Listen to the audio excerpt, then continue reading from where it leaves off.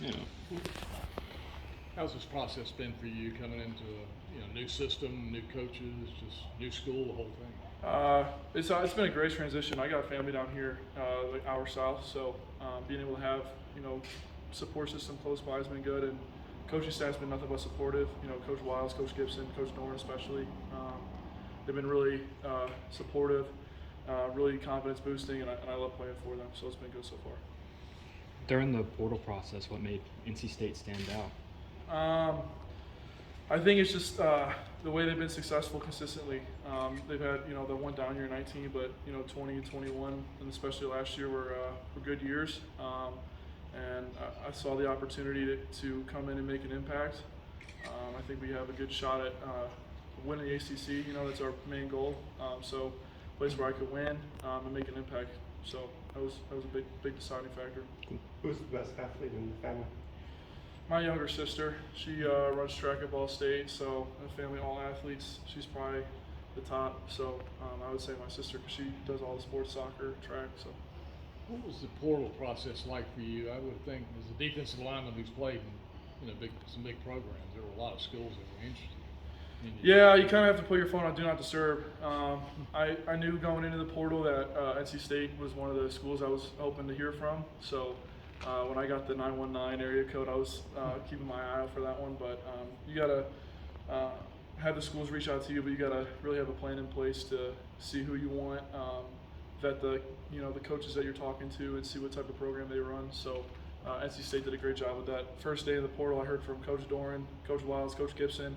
A couple other coaches just wanted me to get down here, so it's a lot of love early on, and there's great people to hear from. How many schools would you say contact?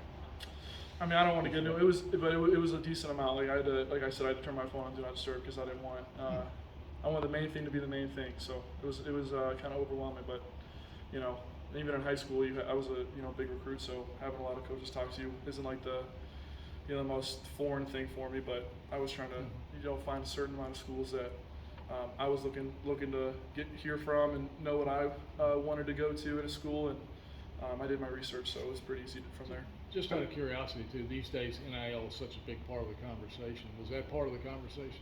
I mean, I think in this day and age it has to be.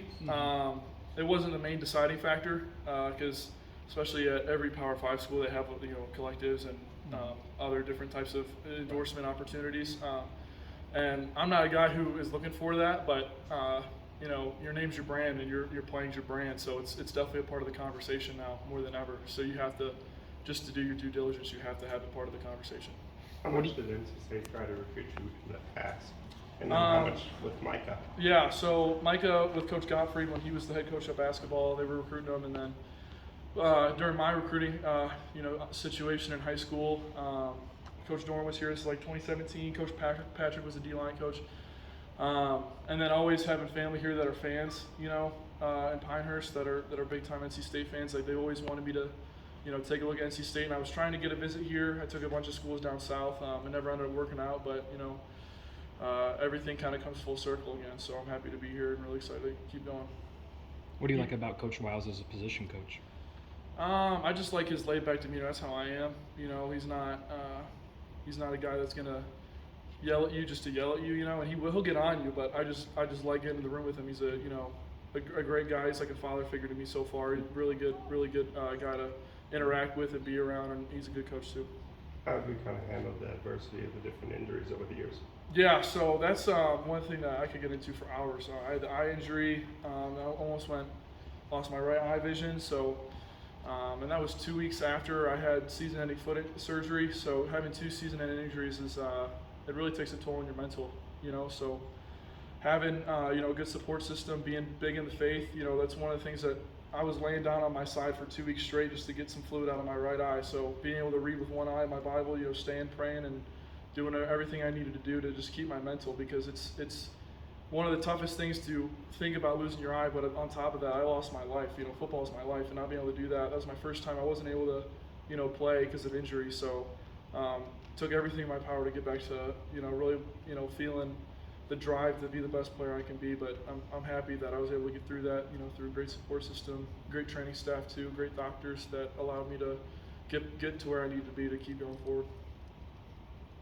Good. Thanks, Noah.